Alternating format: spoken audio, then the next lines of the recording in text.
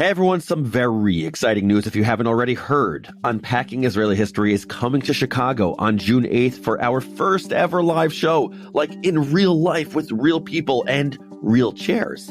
And maybe even some hummus. Okay, maybe no hummus, but you get the point. And yes, I'm going to be there. And yes, we've got a very special guest joining who will announce very soon.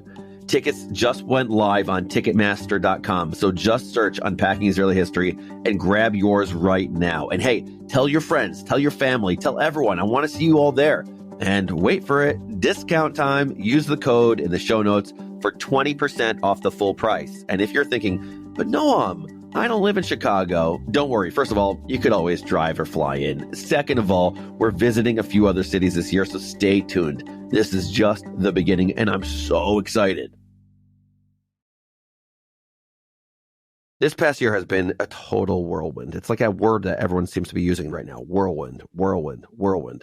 Israel and the entire region feels so intense and tragic, and I simultaneously find myself desperately trying to avoid thinking about it, but also finding it impossible to think about anything else. For me, one of the best distractions is diving into history. Israeli history, to be precise. I know you're thinking, no, you're the host of this podcast. Like, I think I know that. Like, duh. But seriously, history is really what's doing it for me, even more than always. When I think and teach and write about history, I can try to be a little more impartial, try to zone out, avoid all the intense ways I've been feeling and experiencing the present. But that's the weird thing about history. It still gets you. It's still emotional, still real, still impacting people's lives in a genuine way, both for good and for bad. History isn't just something in textbooks. It is alive. We are products of history. We are shaped by history. This most came alive to me a few months ago when I sat down for hours with my friend Ahmed Fouad Alkatib in an interview that we shared on this pod just a few weeks ago. We spoke about so many things, including the history of Gaza and the Palestinian relationship to the land of Israel. And one thing he said struck me. He gave me his family's personal perspective on some of these things that are not just stuffy history. They're real. And one of those was something called the Sykes-Picot Agreement, a 1916 secret treaty between the United Kingdom and France. I'll play just that clip. What about Sykes-Picot? Thumbs up or thumbs down? Major thumbs down. Major, mega. But Sykes-Picot, in the view that is dominant in Palestinian history, set the stage for the emergence of what would become the State of Israel. So this week, we're re-releasing that episode on Sykes-Picot because you have to know this story. You have to.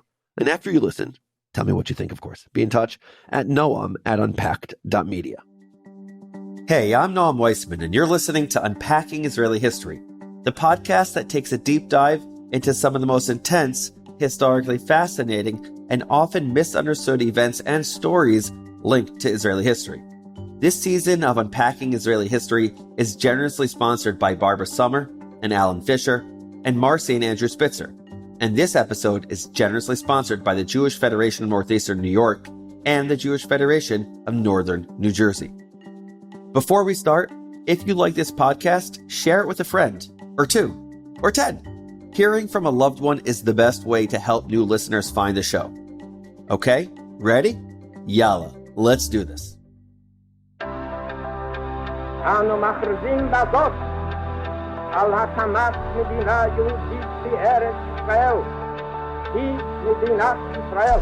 We, the people of Israel, are prepared and anxious to meet the representatives of our neighbors without any preconditions. There are people in Israel and elsewhere say it's impossible to make peace between the Arabs and Israel or the Jewish people.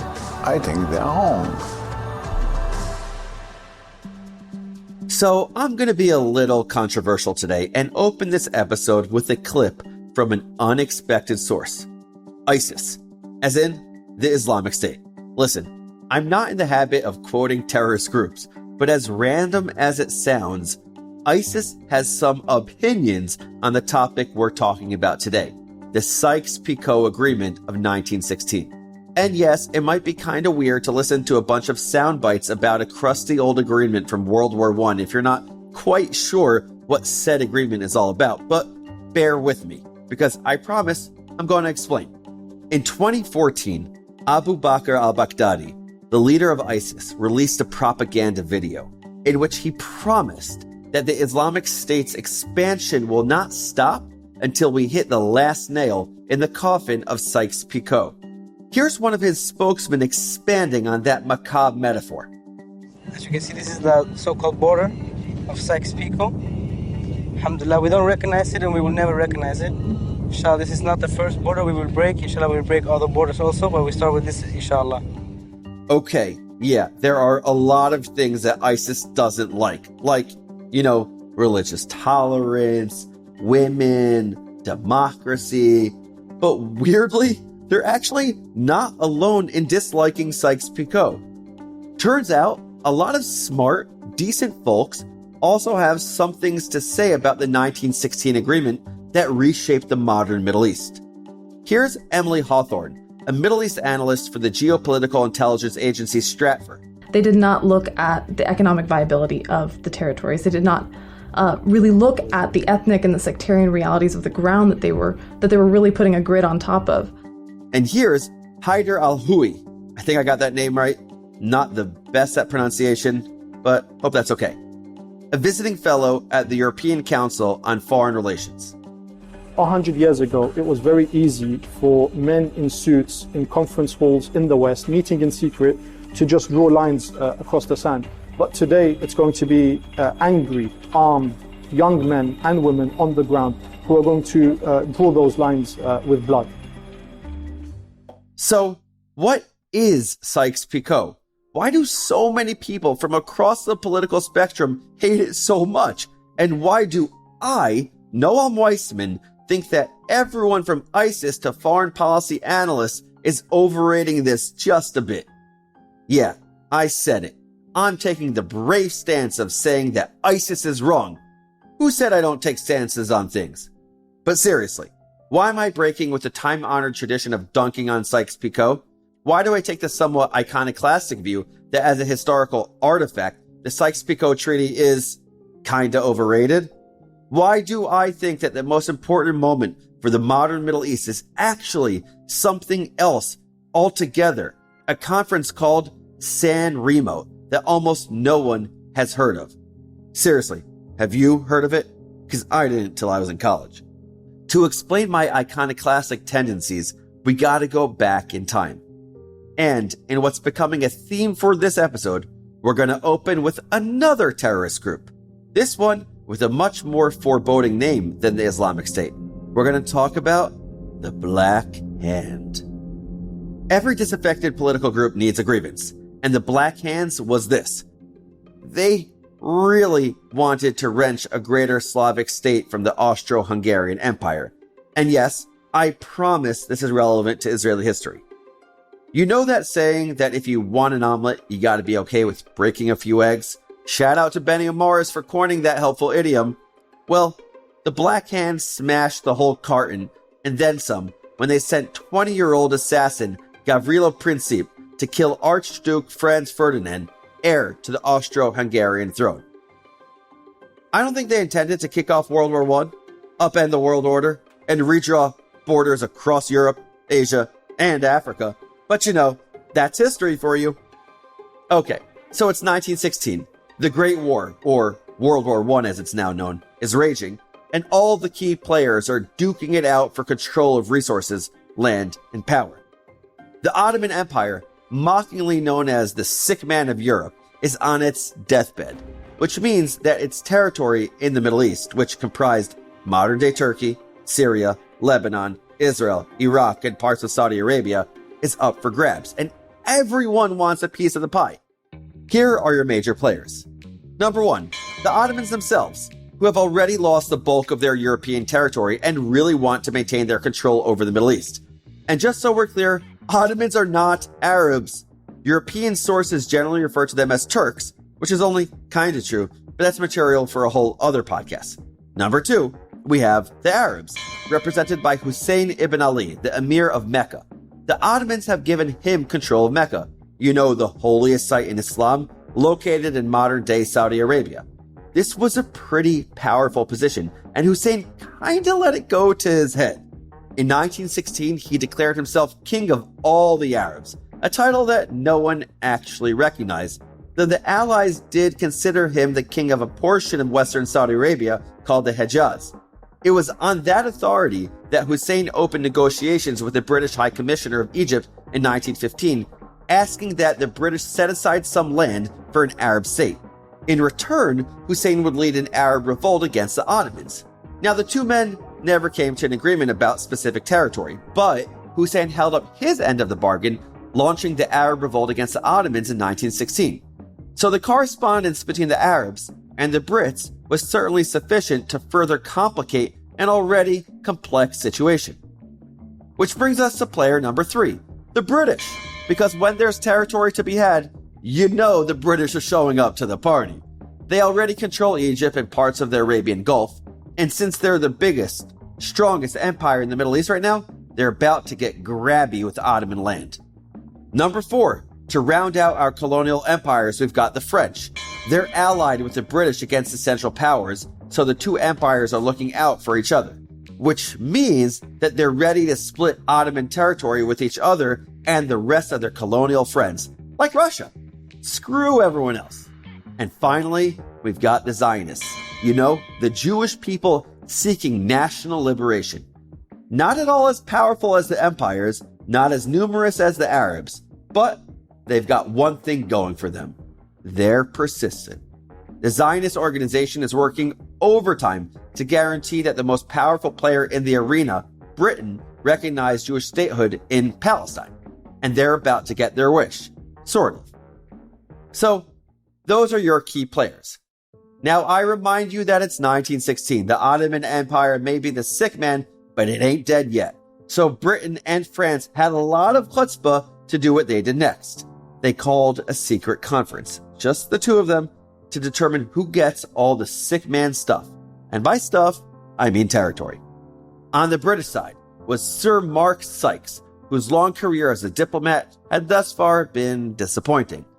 At the British Embassy in Constantinople, he was basically a glorified intern.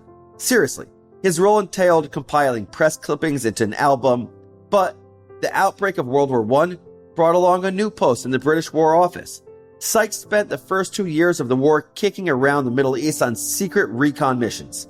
His boss, Lord Herbert Kitchener, the Secretary of State for War, was so impressed with his work that he sent him off to decide what to do with the remains of the Ottoman Empire. Pretty big upgrade for a guy whose former job consisted of copying and pasting. Sykes' French counterpart was diplomat François-Marie Denis Joseph Picot. We're just going to call him Picot. He had served as the French Consul General Beirut for only 8 months when World War I broke out. Just enough time to ingratiate himself with Lebanon's Christian community. Of course, he did not consult this community or any local community, as he and Sykes redrew the Middle East according to British and French interests only, completely ignoring the wishes of any of the other players above. At the end of the secret conference, they finalized a very creatively named Asia Minor Agreement, or as it's far more commonly known, the Sykes-Picot Agreement, which, as a name, is not any better. So what did Sykes and Picot agree on? Well, it's simple. They sliced up the Middle East and handed out pieces to the major imperial powers.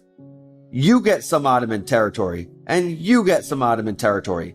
For Russia, a part of Turkey. For France, another part of Turkey, southern Lebanon, and most of Syria. And for jolly old England, Iraq, Jordan, the Negev, and the Sinai.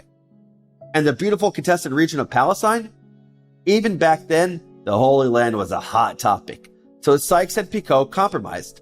Most of Palestine would be an international zone, under British, French, and Russian protection, which is a fancy way of saying that Palestine would be under the control of everyone. Everyone except the people who actually live there. I know I recommend this one a lot, but seriously, listen to our episode on Black Saturday to learn more about what this meant for the Jewish people. That episode is really, really important. Not surprisingly, the British and French governments were smart enough to keep Sykes-Picot a secret. Because, there was a whole lot going on. World War I wasn't over yet. The Ottoman Empire was still technically alive. Arabs and Jews alike were pressing for a state. There was no use ticking off the entire region by publicizing secret agreements that demonstrated that Britain and France didn't really care about anyone's nationalist aspirations but their own. As you can probably guess from the fact that I'm telling you about this, the cat made its way out of the bag. screeching and yowling. And the people responsible? Well, that would be the communists. And if you're like, wait, what? When did the communists show up? Well, that would be about now.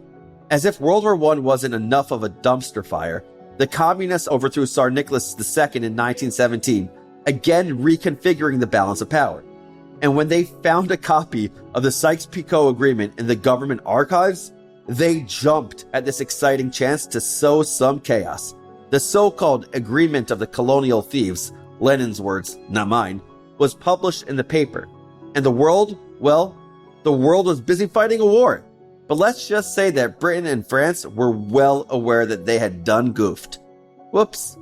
And to make this story even more stupidly complicated than it already is, the British had also just committed to establishing, and I quote, a national home for the Jewish people in Palestine. That promise was enshrined in the Balfour Declaration, and it was a major win for the Zionists. Although, maybe less of a win for anyone who is trying to keep track of this big geopolitical mess. So let's do a super quick recap. Ready? Number 1. It's 1916, World War I is raging. Remember, there is no Jewish state yet, and Palestine at the time was a region, not a state. Number 2, the Ottoman Empire is dying. Number 3, everyone is excited by this. Colonial powers are hungry to snatch up that resource-rich Ottoman territory. Locals are dreaming of autonomy and self-determination. The Zionist movement is working around the clock to make the Jewish state a reality. Number 4, anyone who is anyone is making secret promises and agreements. Number 5, the High Commissioner of Egypt writes a series of letters to the Emir of Mecca implying his support for an Arab state, though he's super duper vague about what this entails. Number 6, Mark Sykes and Francois Marie Denise Joseph-Picot. And yes, I'm using his full name because it makes me feel fancy, even though I said I would just call him Picot. Get busy carving up Ottoman territory to preserve British and French control of the Middle East. Number 7, in Russia, the communists overthrow the Tsar, kill his whole family, and spill the beans about Britain and France's secret agreement. And number 8, finally, the British commit to a national home for the Jews in Palestine, while remaining vague on what exactly that means. So, just a chill, uneventful couple of years. Remember at the start of this episode when I said that dunking on Sykes-Picot is a time-honored tradition? Well, it started way as soon as the thing was published. The region's Jews, for example, were incensed. Historian Danny Gordis writes that for Zionists, quote, given French antipathy to Zionism, joint French-British control was likely to undermine their aims. Weissman and other Zionists much preferred the idea of a British protectorate, whereas France, they felt, insisted upon making her colonial subjects into French citizens, erasing their national identities. Of course, the British-Jewish relationship cooled quickly. Check out our Chevron episode for more on that. Not to shock you, but secret colonialist wheeling and dealing is not a recipe for pleasing anyone outside of Britain and France, which I get. I'm also generally not in favor of secret deals, colonialism, and totally arbitrary borders. But here's where my iconoclasm comes back. I just don't think it was as big of a deal as these guys claim. Honestly, I think people dunk on Sykes-Picot because, as American historian Sean McMenan puts it, it's shorthand. These two words are used to sum up the argument that the Middle East is a disaster because colonial powers drew arbitrary borders without giving any thought to the folks who already live there. And that would be a fair argument if that's what actually happened. But it didn't, because the Sykes-Picot Agreement was never actually implemented. Remember, Sykes and Picot were relatively minor diplomats, suggesting theoretical borders in the middle of a war. And the reality of the war quickly erased their theories. Like Turkey. Sykes and Picot may have carved up the Middle East like a turkey, but they didn't bargain on the creation of an actual independent country called Turkey to mess up their plans. What? I'm a dad. I can make dad jokes. So, Turkish territory? Officially no longer in the cards for our grabby colonial powers. Meanwhile, though the French called dibs on Syria, it was the British who got there first, and Palestine, which was supposed to be an international zone, well, let's just say that after World War I, everyone in Jerusalem was drinking tea and saying, jolly good old chap. But perhaps most importantly, Sykes and Picot didn't include some major players in their post-war calculations, like America the Beautiful, lured out of isolationism and ready to party with the other superpowers. And like the newly formed League of Nations, the precursor to the UN, who actually had the authority and the world's backing to decide what to do with the Middle East. So while the spirit of Sykes-Picot lived on, powerful Western nations redrawing territories at whim, it wasn't them who reconfigured the modern Middle East. Because like I said, Sykes-Picot is overrated. And the real treaty that gave us the Middle East as we know it today, the criminally underrated event that almost no one has heard of, that happened at San Remo. Hey, Unpacking Israeli History listeners, it's Jonathan Schwab, host of Jewish History Nerds with my friend and colleague Gal Steiner. We are so excited to announce that we're back for our 4th season. Every week, we nerd out on a fascinating topic from Jewish history. We're not historians, but we are fired up about learning. In Jewish History Nerds, we share our passion for Jewish history with each other and with you. This season, we're focusing on symbols and objects, all with amazing stories and meaning. So join us for new episodes every Thursday. I promise you will learn something new. Whoever said history was boring clearly never heard these stories. Subscribe to Jewish History Nerds wherever you get your podcasts and check out unpacked.media. San Remo is a tiny city on the Italian Riviera. And yes, it is just as beautiful and romantic as you're imagining. At least according to Google Images. San Remo Tourism Board, call me. Speaking gigs available, I'm there. It was also the location for, yes, I'm saying it, the most important agreement that no one's ever heard of. Without Googling, do you know what the San Remo Conference is? I'm gonna bet you don't. And that's okay, because most people don't. Ironically, lots of folks across the political spectrum have some strong opinions on Israel, but I rarely see San Remo come up in any meaningful discourse about the country, even though it's one of the most influential moments of Israeli history. So what is this conference? Well, once World War I ended in 1918, the world had to figure out how to pick up the pieces, how to punish the aggressors, how to reward the victors, and what on earth to do with all the territory that once belonged to empires that no longer existed. So the world's powers convened the Paris Peace Conference in 1919. And over the course of a year, they made some really important decisions. Like, for example, creating the League of Nations. Rearranging the global balance of power took time and effort. So multiple conferences and treaties were called to deal with all the different issues that World War I engendered. Among those issues was the fate of the Middle East. In April of 1920, the prime ministers of Britain, France, and Italy, along with representatives from Japan, Greece, and Belgium, got together on the Italian Riviera to decide what would happen to Syria, Lebanon, Iraq, Transjordan, and of course the region of Palestine. Also at the conference as observers were a couple of American diplomats and Chaim Weizmann, head of the Zionist organization. It's honestly hilarious to me that it only took a week for these folks to hammer out an agreement. I mean, Israel's been trying to get a peace deal with the Palestinians for decades, but the conference attendees had a pretty simple solution to the problem of the Middle East. And it was, drumroll please, mandates. Nerd corner alert. Let's take a moment to actually define the term mandate because it comes up a lot in Israeli history. And if you're anything like me, you always heard the term mandate, nodded like you understood what it was, but you actually totally had no idea what it meant. A mandate, also called a mandatory, refers to those territories that used to belong to the Ottomans or the Germans before World War I, like, Palestine or Iraq. But when Germany and the Ottomans lost the war, Allied powers took over those areas. I want to stress, though, these mandates were not colonies. Well, they weren't supposed to be. See, the League of Nations technically believed that self-determination was important and that people should be able to govern themselves. Or in their very wordy words, there should be applied the principle that the well-being and development of such peoples from a sacred trust of civilization and that securities for the performance of this trust should be embodied in this covenant. The thing was, they also believed that these former Ottoman and German territories weren't yet able to govern themselves.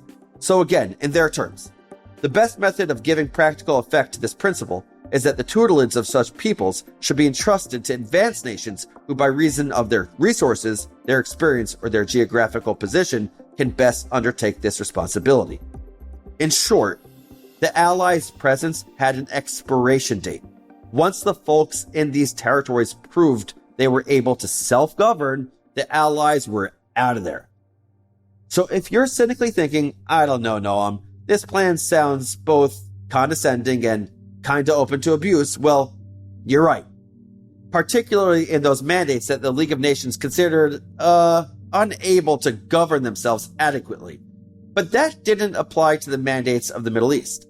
And it's worth noting that every single one of the Middle East mandates gained its independence by 1949.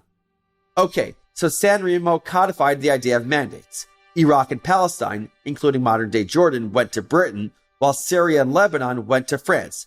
Sounds suspiciously like Sykes-Picot. No? Well, yes and no. Because San Remo established two very important things, and pay attention here.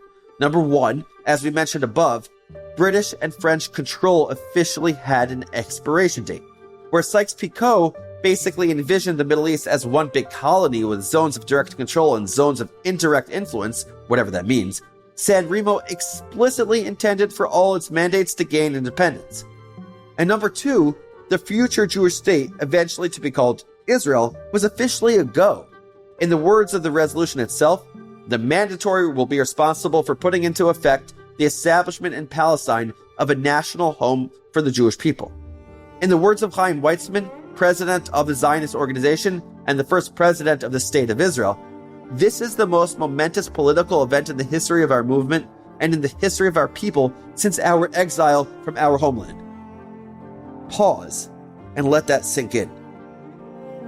2 years later, on July 24th, 1922, the League of Nations doubled down, with every single one of the 51 member countries declaring, recognition has been given to the historical connection of the Jewish people with Palestine and to the grounds for reconstituting the national home in that country.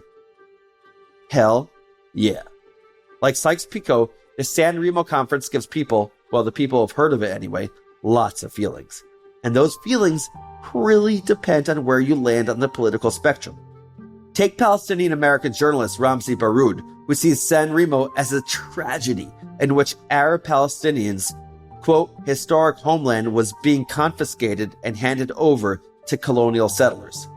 I'm not super clear how an indigenous people can be considered colonial settlers, but that's a different conversation and really chaval, too bad he sees the Jews as colonial settlers.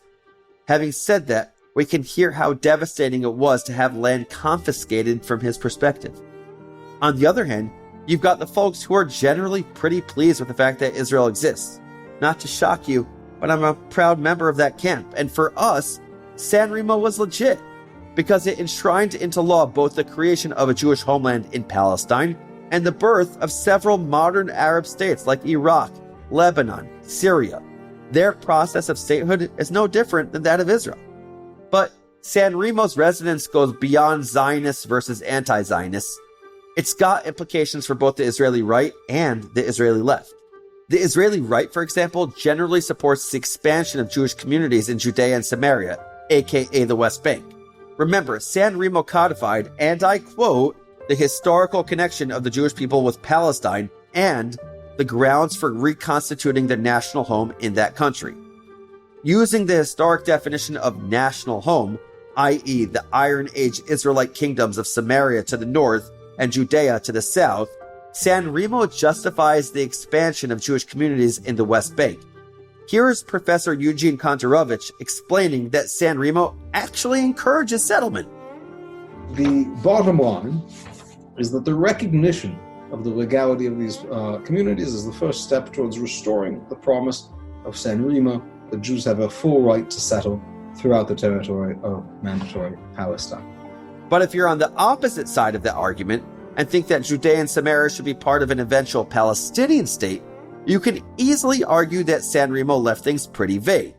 The Israel Policy Forum, for example, points out, and I quote, the legal instrument that established the British mandate after San Remo refers only to a national home, and makes no mention of independence nor of a state. The critical omission here is no accident. It is not as if the Allies were unfamiliar with the concept of national independence or states. They also add, the British government ultimately conditioned the Palestine mandate on the London-based Zionist leadership's acceptance of the 1922 White Paper. In the White Paper, Winston Churchill clarifies that the terms of the Balfour Declaration, itself the basis for the mandate issued at San Remo, do not contemplate that Palestine as a whole should be converted into a Jewish national home. In other words, in the view of the government that crafted the mandate, in Palestine never meant in all of Palestine. So, no matter how you slice it, San Remo left a lot up to interpretation.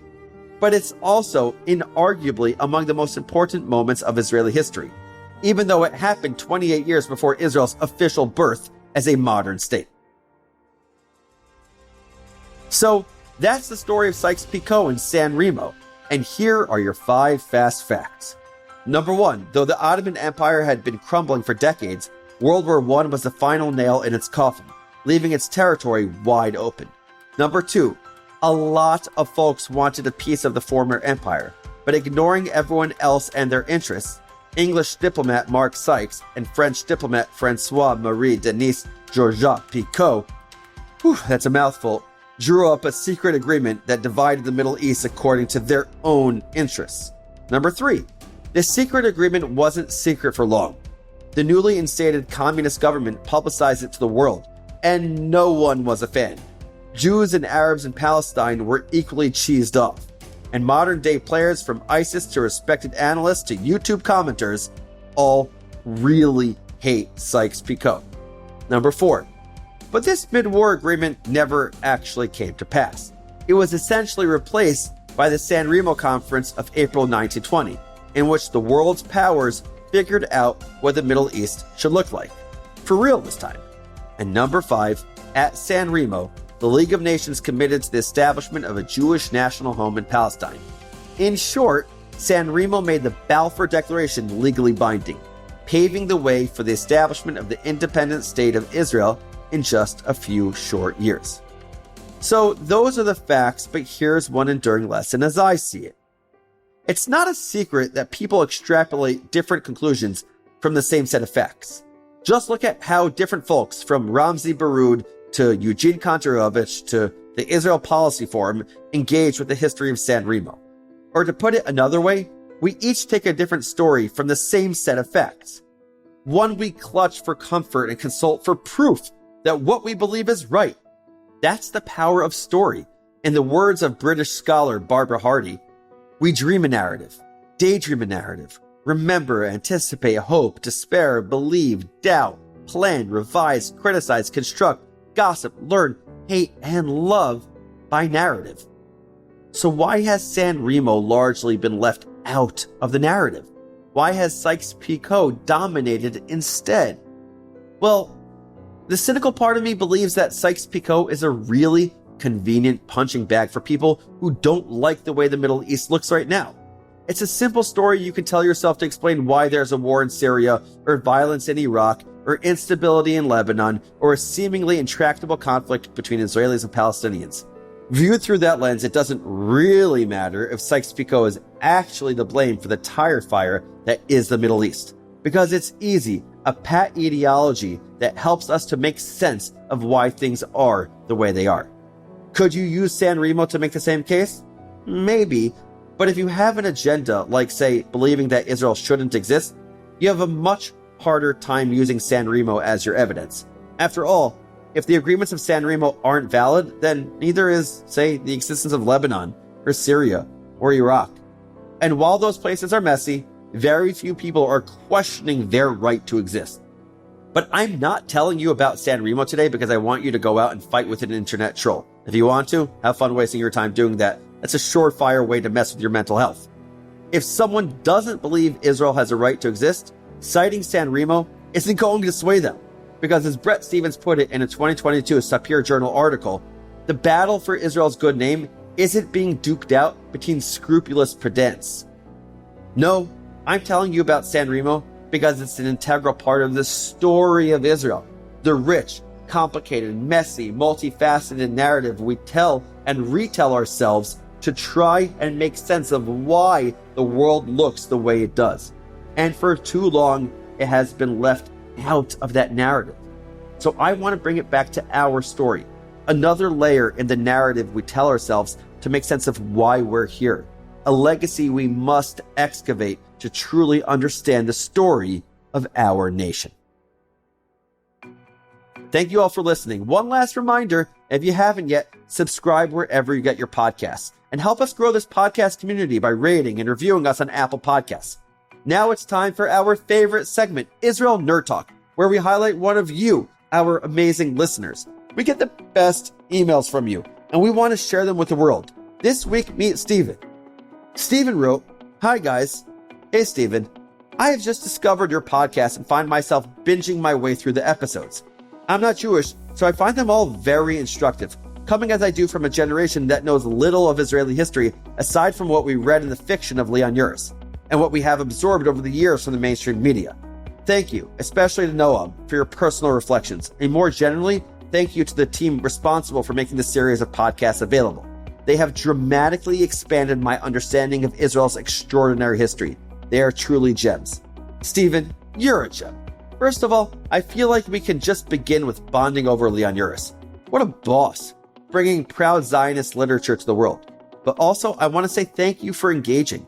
Really thinking about Zionism beyond the boilerplate left-right binary is freaking hard, no matter your background or where you came from. So I'm glad you're part of our Unpacking Israeli History community. Thank you, Stephen. And if you listening also have thoughts, comments, suggestions, ruminations, whatever to share, don't hesitate. Be like Stephen. Send me a message at noam@jewishunpacked.com. Your email might even get on the show. Unpacking Israeli History is a production of Unpacked, a division of OpenDor Media. Check out JewishUnpacked.com for everything Unpacked related and subscribe to our other podcasts. Follow Unpacked at all the social media places like TikTok, Instagram, Facebook, YouTube, and Twitter. Just look for @Jewish Unpacked. And again, write to us at noam@JewishUnpacked.com. I'm going to close this episode with a song called A Tribe of Brothers and Sisters. In Hebrew, Shevet Achim V'Achayot. It too tells the story of our nation. Written in honor of Israel's 70th birthday, it brings together some of Israel's best-known singers to describe what Israel means to them. They don't mention San Remo, but it's unlikely that this song, or this example of Jewish unity, would exist without that fateful conference of April 1920.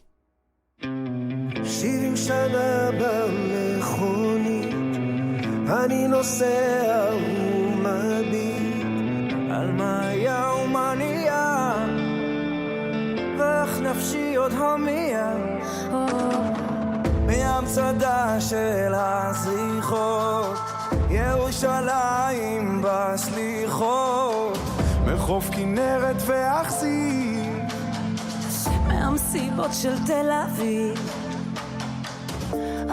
This episode was produced by Rivki Stern. Our team for this episode includes Adi Elbaz and Rob Pera. I'm your host, Noam Weissman. Thanks for listening. See you next week. מה הסיפור של ישראל? כאן זה בית, כאן זה לב, ואותך אני לא עוזב. אבותינו שורשים, ואנחנו הפרחים המנגינות, שבט אחים ואחיות. אותה שכונה, אותו רחוב, תרס ארבנים של יעקב, אוספים ביחד נדודים בתוך תרמיל געגועים.